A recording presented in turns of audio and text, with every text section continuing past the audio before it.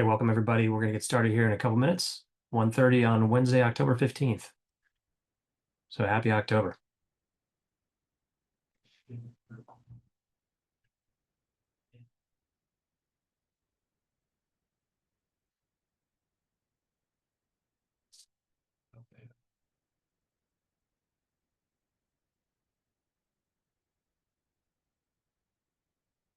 For those joining, we have Sebastian on my team here, available to help as needed. He's co-host here for these AI Wisdom Wednesdays.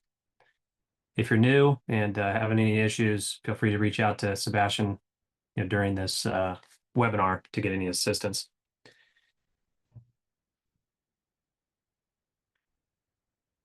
All right, we'll start here in one more minute. Got a couple more people joining.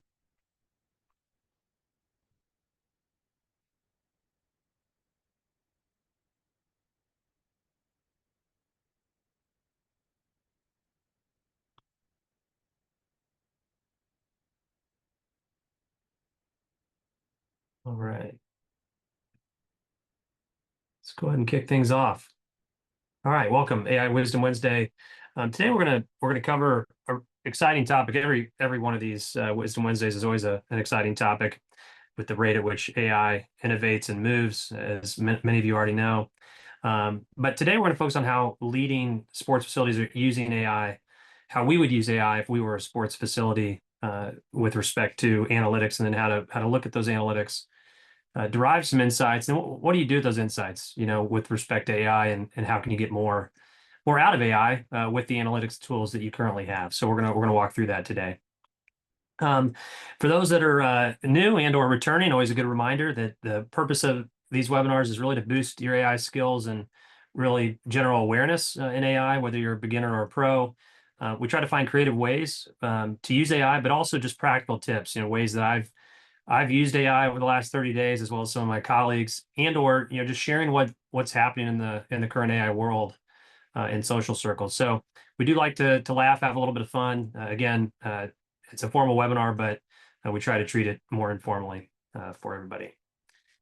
So the agenda, pretty straightforward every time. We always try to recap, and remind of the last topic we discussed in case you missed it and would like a chance to go grab that webinar and watch the recording. We'll share some trending news in AI. So we always try to share what's happened in the last 30 days. Some of those tidbits may be helpful for you. And then we'll do a live demo and open any at the end for any questions and answers that you might have, as well as answering any questions. Feel free to throw them in the chat, or reach out to Sebastian on this webinar as well if you need to raise your hand. So for prior Wisdom Wednesdays, if you're interested in any of our prior topics, this QR code just takes you to the landing page where you'll find all of our prior Wisdom Wednesday recordings. We do them once a month, tend to be second or third Wednesday of the month. Sometimes we got to move them around to accommodate schedules, but generally second or third Wednesday of every month. And they go all the way back. Been doing them for about a year now. So some really good topics to take a look at. All right, with that, let's dive into some trending AI news. One big topic I'd say that's probably the biggest over the last 30 days that's hit both the market. If you're somebody that watches Squawk Box and CNBC, or follows the trends on Twitter and other social media platforms, including LinkedIn, there's a lot of talk about the scaling of AI, both in overall demand, but also in what it takes to supply that demand with more and more people using AI. This is kind of just an insane graphic that shows from Google how many tokens have been processed per month going back to March of 2024, and just the rapid rise in the number of tokens used. And tokens being when you put something in a prompt for a chat. In this case, it's Gemini. It's using tokens to process your requests. This chart shows, sort of emphasizes, relative to, say, the internet age, right? When the internet first came out, one AI year is the equivalent of 7 internet ones in terms of the adoption rates. So here you have, within 1 year, right here, by the second year, we're within, just over 8 years of internet adoption, with year 1 being right around sort of 7 internet ones. And what this is all leading to is this concern around, and a lot of conversation about the fact that this compute demand is growing so quickly. So some of you may be familiar with Moore's law, but right now AI demand is growing at 2 times the rate of Moore's law, and essentially the chip efficiency growth isn't keeping up with the demand. And so what that's causing is you've got this lack of overall supply to fuel the demand, meaning servers and compute power to drive all the people coming on to the use of AI across the world. And ultimately, they're seeing this as an issue for a number of reasons, right? Economically, it's raising electricity prices. They're up 35% since 2022. You can see in this chart here where ChatGPT was released and then the rise in electricity costs. Again, this is mostly driven by the large data centers being built sort of across the world.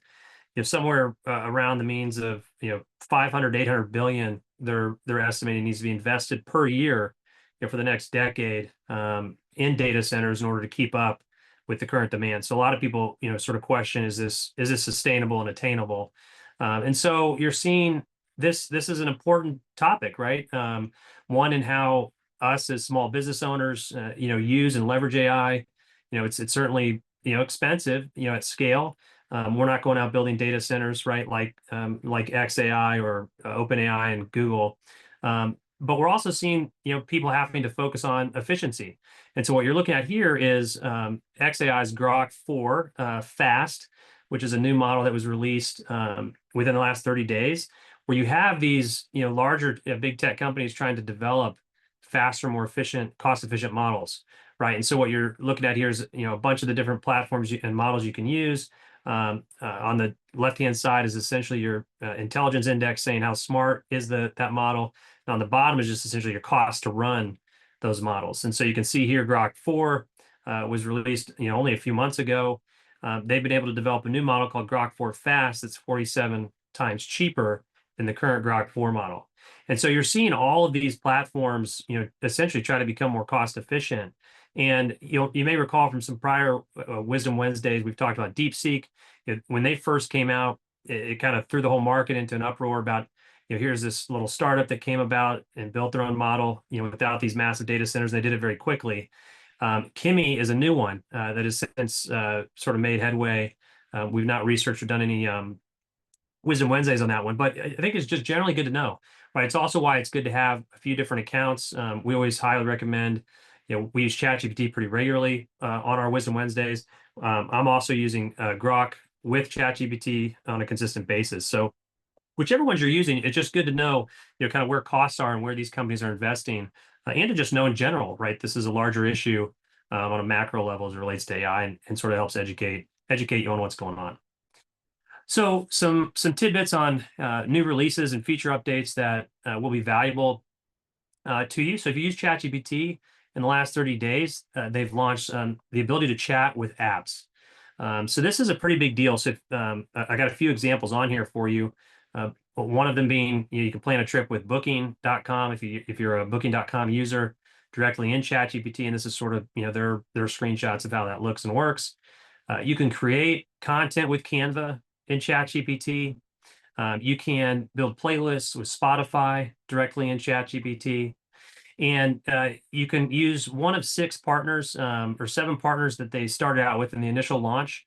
So you can see them up here with Booking.com, Canva. You can actually use Coursera, Expedia, Figma, Spotify, and Zillow are their initial partners. And this is all part of the back-end development platform that ChatGPT has released to allow developers to build apps to integrate with ChatGPT. So like we've talked about over the course of this year, more and more we're going to see this agentic AI start to move from these separate agents that you're having to sort of touch and use separately to a lot of it starting to become a more cohesive experience between the different applications that you do use. Here are some of the apps that are coming as promoted by ChatGPT, just to give you a feel for the types of companies that are actively working with. So all these folks are currently building apps and in development with ChatGPT.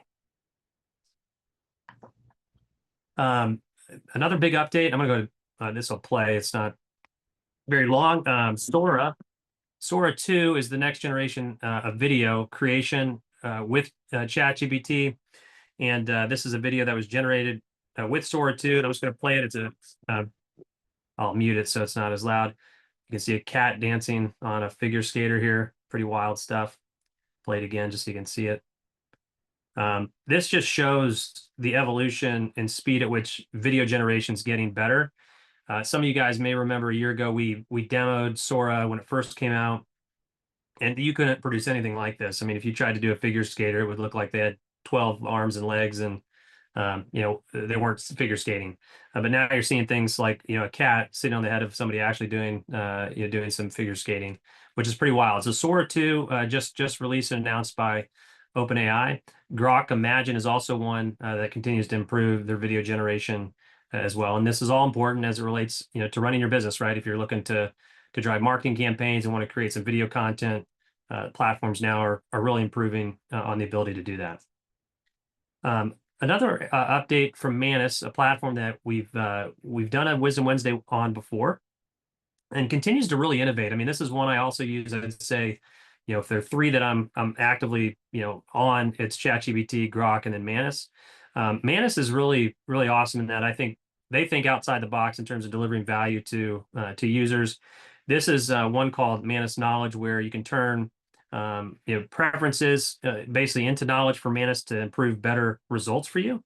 And so after each prompt, sort of how it works is you can click this knowledge button.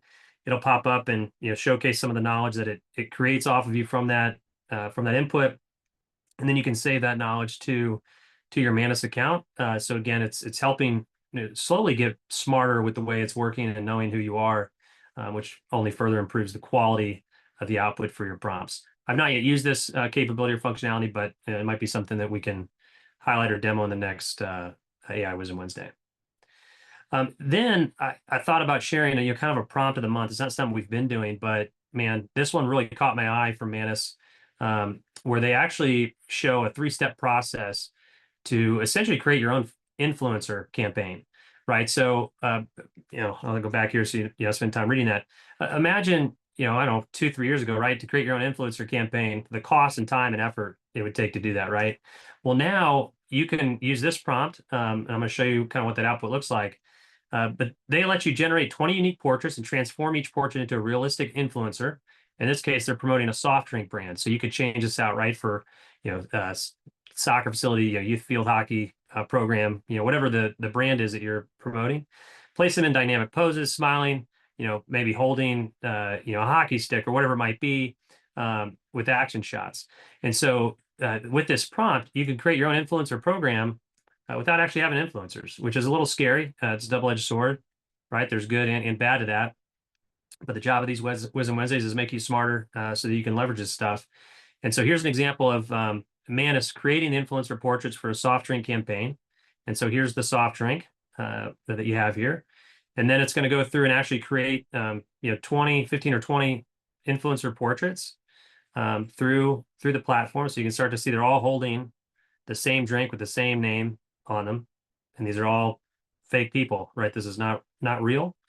And here's the output, right, to use in your influencer campaign. People holding the actual beverage, and you've created your own influencer accounts, and essentially can use those to drive influencer campaigns on social media. So that wins the prompt of the month.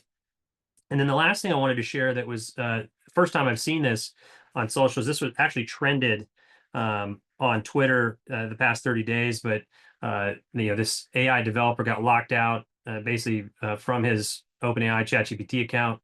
And I share that because many times, and they actually did reinstate his account, but pretty much every Wisdom Wednesday at the end, I always share, your data is your data. Be smart with what you put in there.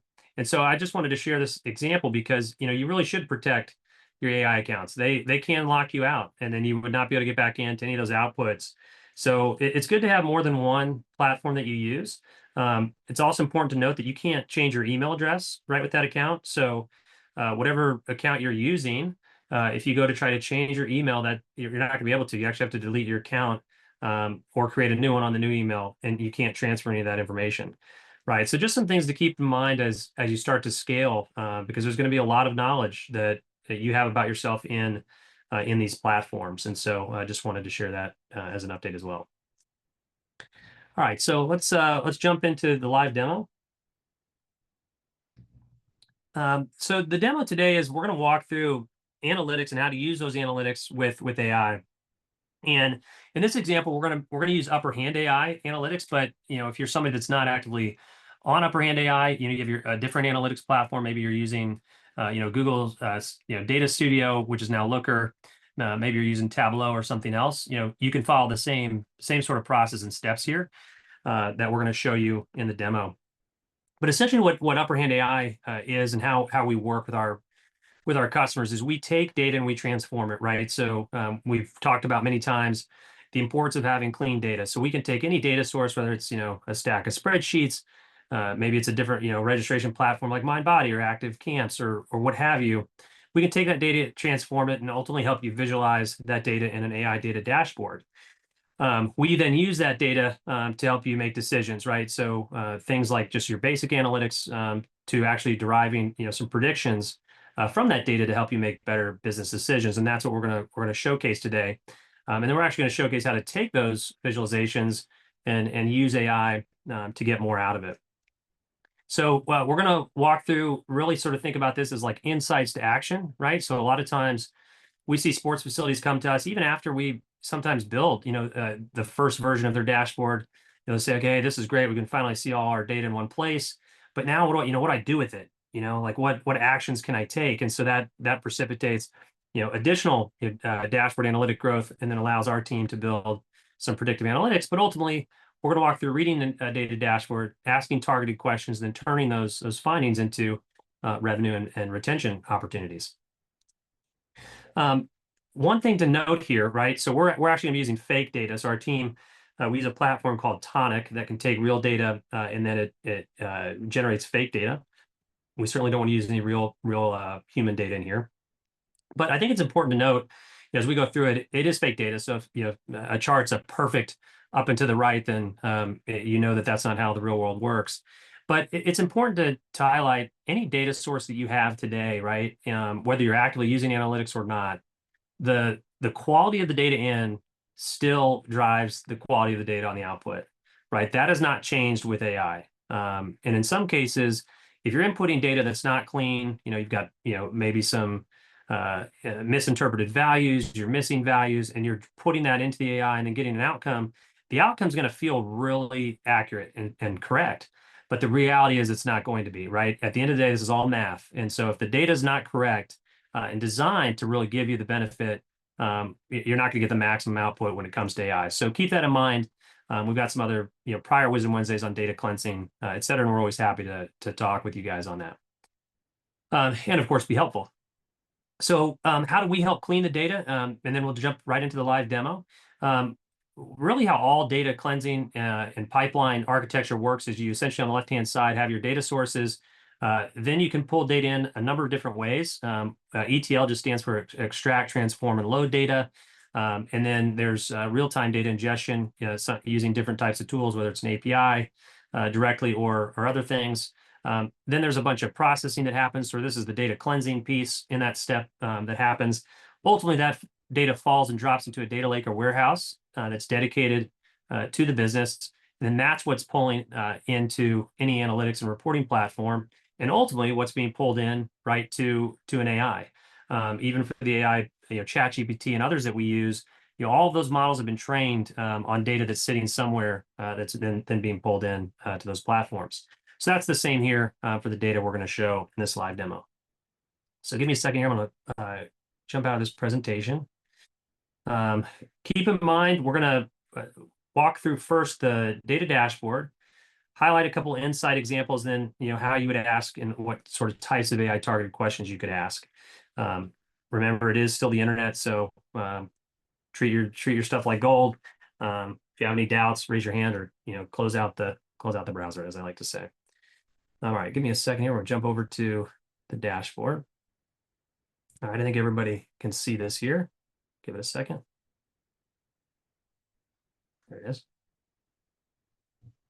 All right, so let me just start by walking through this platform. So like any analytics tool, and maybe I'll highlight some of these things. It could be helpful if you are using a different analytics platform, sort of how we organize things. We tend to always start off with high level general revenue figures at the front.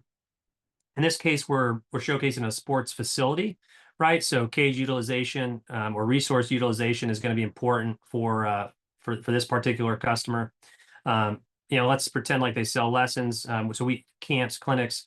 So in this case, we always like to call out some of the key revenue offerings for that business as various tabs. We then always like to sort of show active clients here in part of our dashboard. For those that run a membership-based business, we'll actually spend some time in this tab today as a number of examples I'm going to walk through. If you don't have a membership-based business, but you have recurring revenue, right? So think of if you're running teams and you're selling those teams and those registrations, maybe they're paid monthly, maybe it's a seasonal team and you got 3 or 4 seasons. You could still run this very similar, right? So almost have it like be a recurring revenue tab. But we're going to use members today. Then we cover some instructor performance, where we walk through retention, so total clients, average sessions by per client by staff. So this is really helpful in terms of how often are staff people being rebooked and utilized. We then have the ability to pull in staff and payroll information, registration responses. So this is pulling in any of the fields that are being pulled up for that business, cancellations and no-shows. And then a couple other ones here that, for the sake of time, I'll hold off on going through. This one I'll just show real quick. We do pull in some census data.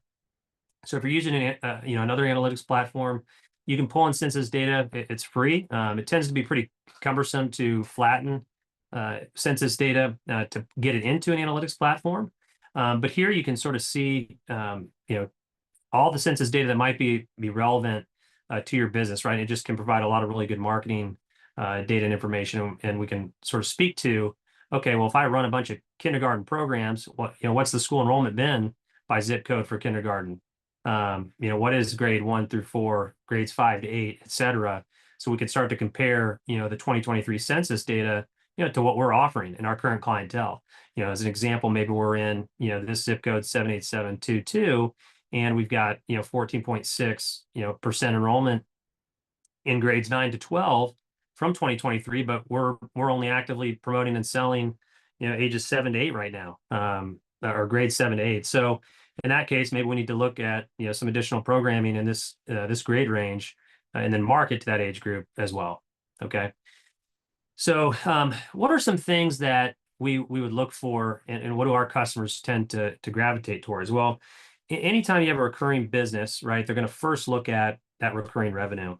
And so as an example, here you've got membership purchases. It shows 50 members, new members were sold, here in October, and that's down from the previous month of 52, which is okay because we look at it from a year ago, we're actually up quite a bit. So in this case, we can sort of tie. There's a sort of growth momentum with just a recent dip in those new members. We can see from the membership revenue, that it's down versus the previous month, but it's also down relative to a year ago. So maybe we need to look at what's causing this revenue soft spot for the business, right? So this is maybe an indicator that, all right, we're selling more members, but are we having to drop our average membership price? Have we been was there some promotion that we ran that drove down some of the revenue?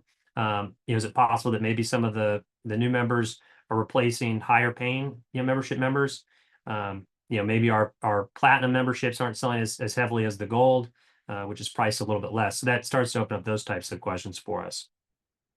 Speaking of which, here people tend to like to see what memberships are driving the greatest outcomes for the business. So in this case here, you can sort of see platinum actual versus projected platinum revenue on the year. And then the same for gold within your sort of total revenue of actual and projected on there. This is just helpful because it kind of shows your confidence in your pipeline, right? Are we projected to generate the additional revenue that we need to operate our business effectively? So that's certainly very helpful. Then when you're dealing with a membership business, you're always going to look at churn. So any recurring revenue business, you're going to jump down to some churn. So let me show you what this can look like. So here we always show our customers, kind of what that churn rate is. This is 4.87%, which means every month, they're losing 4.87% of their members in this case. October renewals were, I think, down here. Let me see here. Oh, there we go, 522. So in this case, not too bad. We can sort of see that, who's leaving and who's staying, to set up, maybe a better retention program. So we can see that, clearly the number of renewals is down previous month and year over year. You do have the ability to sort of drill down into this stuff. So we could go and click and see those exact records here as well. A couple other things, and I'll show you how we're going to use some AI. So we had average lifetime, average membership lifetimes, great to look at. But I'm trying to jump down here to conversion. So here's an interesting one. What's the average conversion time? That's a long time to convert as a member. And the average number of lessons, to conversion is 9.2. So this tells us that, all right, around 9 to 10 total lessons on average, that's when we're starting to see people convert.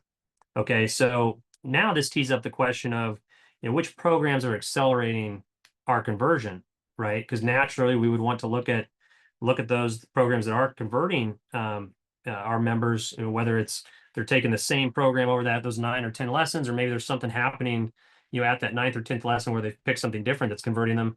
Well, now, okay, let's sprinkle and pull that programming up further in our life cycle to convert faster, right? And of course, it's delivering happiness to the customer faster.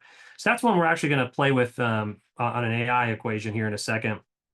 And then the last one I want to show you, because we're also going to pull this into AI, is this is also a good list here. Members with no registrations, right? So this is a great one with respect to, okay, why are people not converting?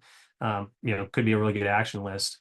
But we also have down here membership requests. So when somebody requests to terminate or suspend a membership, that's essentially what we're looking at here. So we can read the top reasons, and try to categorize these. Is it seasonality?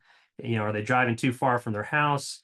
Is it the facilities aren't that great? Every time I come in to use the cage, my team's having to wait forever to use it, or the scheduling is not actually working the way it should, or is time. I just don't have time to be a part of this facility and train. And so this can be a really great list. We're going to do something cool with it in a second. All right. So with that, let me pull up ChatGPT. So give me 1 second here.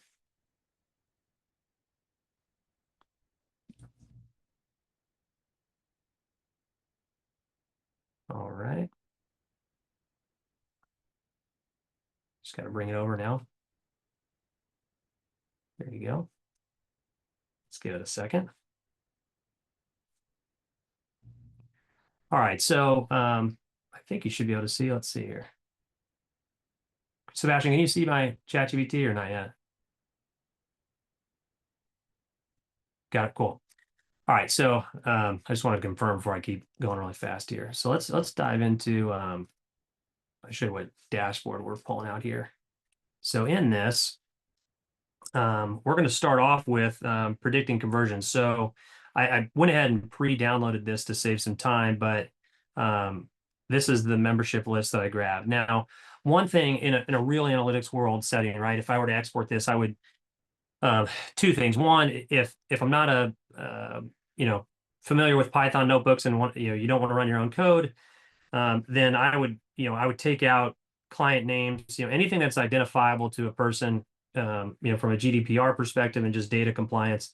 You would never want to put in that information into ChatGPT or another platform. So fortunately, in this case, we're downloading fake data, so we don't need to worry about that. But this is the membership list that we would end up downloading for this example. But let's jump into ChatGPT here. And I'm gonna add this file. So give me a second to grab that for you. Right here. So here's the conversion details. Okay. So we're just gonna grab this and drop it in here. All right. And now one of the things we want to ask is sort of using conversion data provided, identify membership types and lesson formats. that lead to faster conversions and recommend 3 program bundles to reduce average conversion time below 300 days. Right? Recall that our conversion time's above 400 days, right? We know that lessons, you need to take 9 to 10 lessons to convert on average. And so we're just essentially looking to recommend 3 program bundles that will reduce that average conversion time to under 300 days.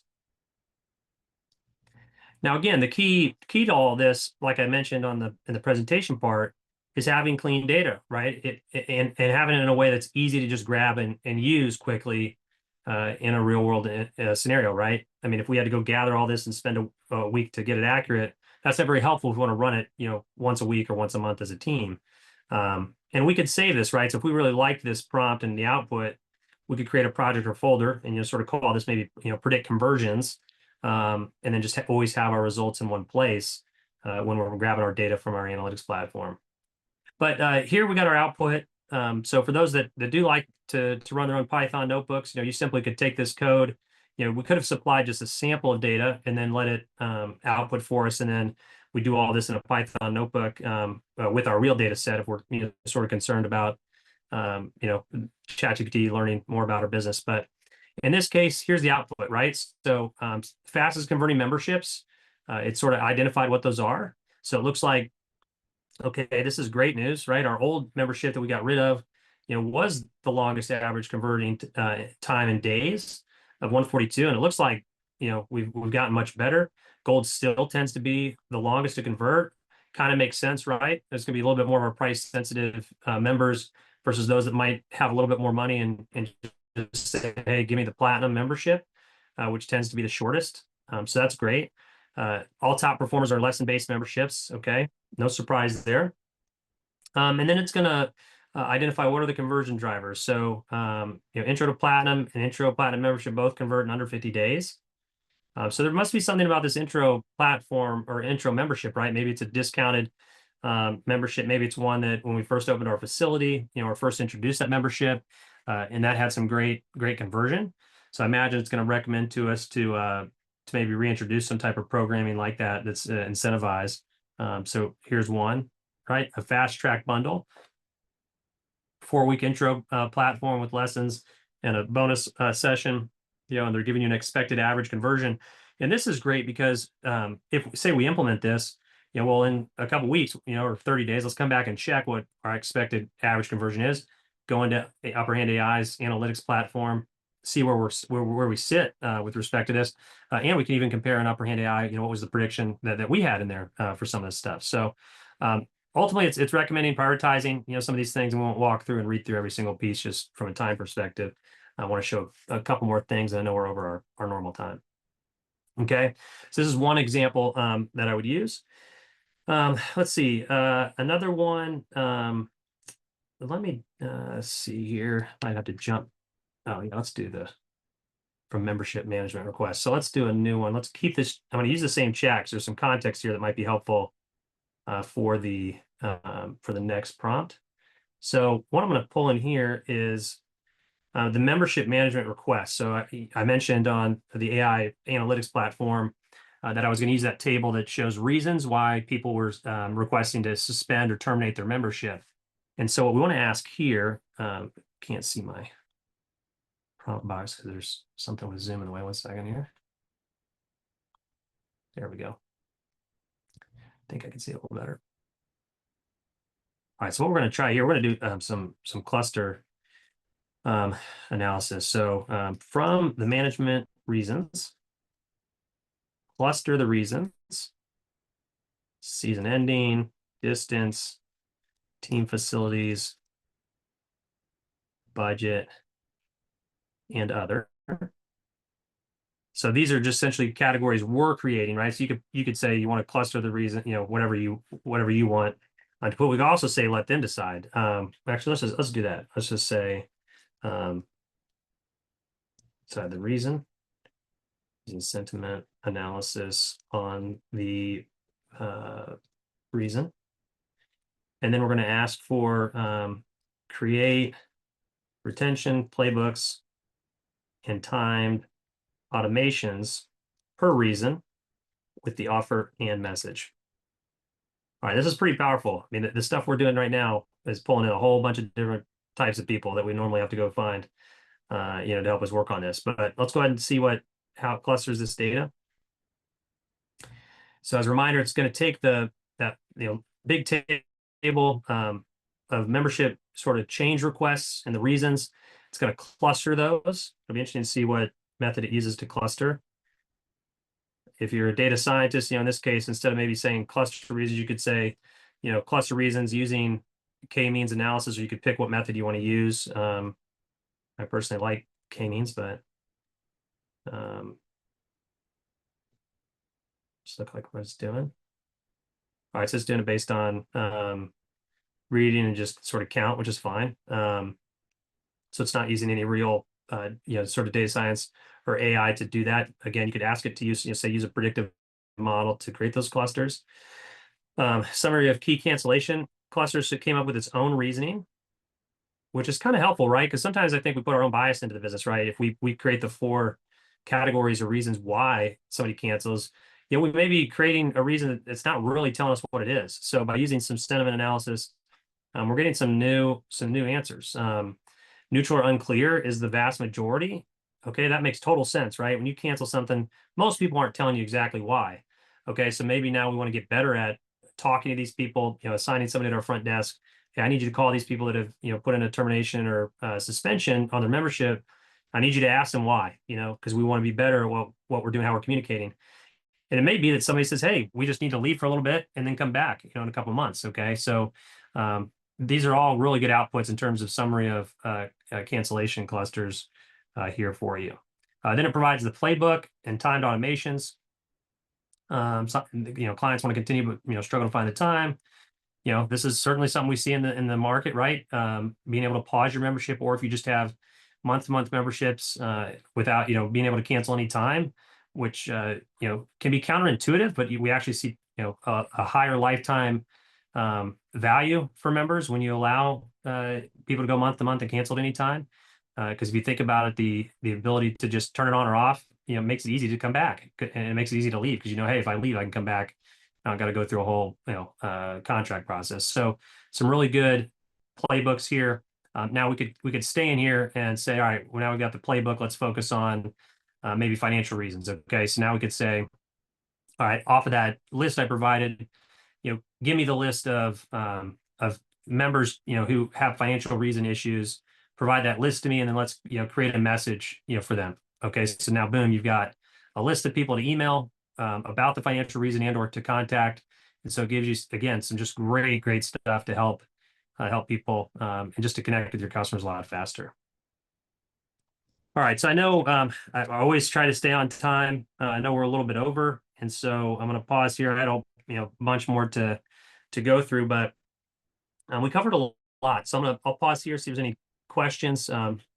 Otherwise, again, I'll only throw up the if you're interested in finding this recording, you'll get one from having registered, but you can scan this QR code if you're interested in watching webinars or connecting with our team here at Upper Hand AI to answer or help with any of your data questions. Cool. I hope this was helpful for everyone. Very excited to work with you guys. Thank you so much for your time. Have a great day.